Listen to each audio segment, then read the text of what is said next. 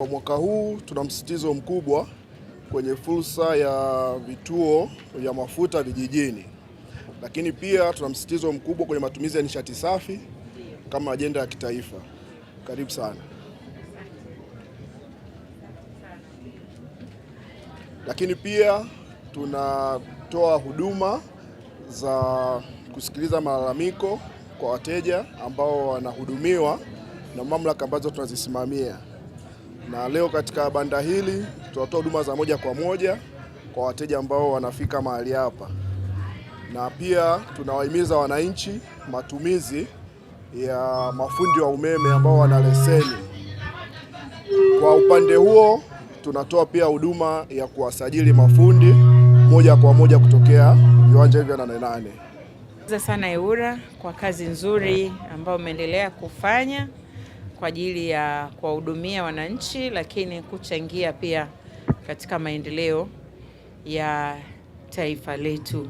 Kama mlivyosema kwenye swala la fursa za vituo vya mafuta vijijini, ni kweli maeneo haya ya vijijini au ya pembezoni wakati mwingine yamesahaulika sana.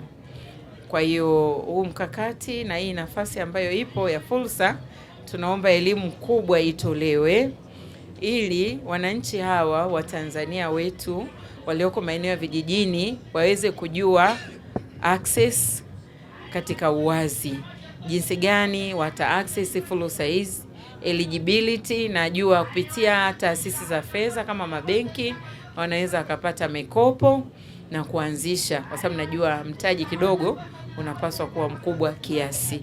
Kwa hiyo elimu kubwa tunaomba itolewe ili wananchi wafurahie hizi fursa ndani ya nchi yao. Kwenye kusajili mafundi pia ambao wana leseni, itatusaidia sana kuondoa riski za wananchi ambazo wamekuwa wakipata madhara ya kutumia mafundi ambao hawana sifa mahususi. Kwenye kusikiliza malalamiko na kero, endeleeni kufika hadi ngazi za vijiji ambako ndiko waliko Watanzania wengi.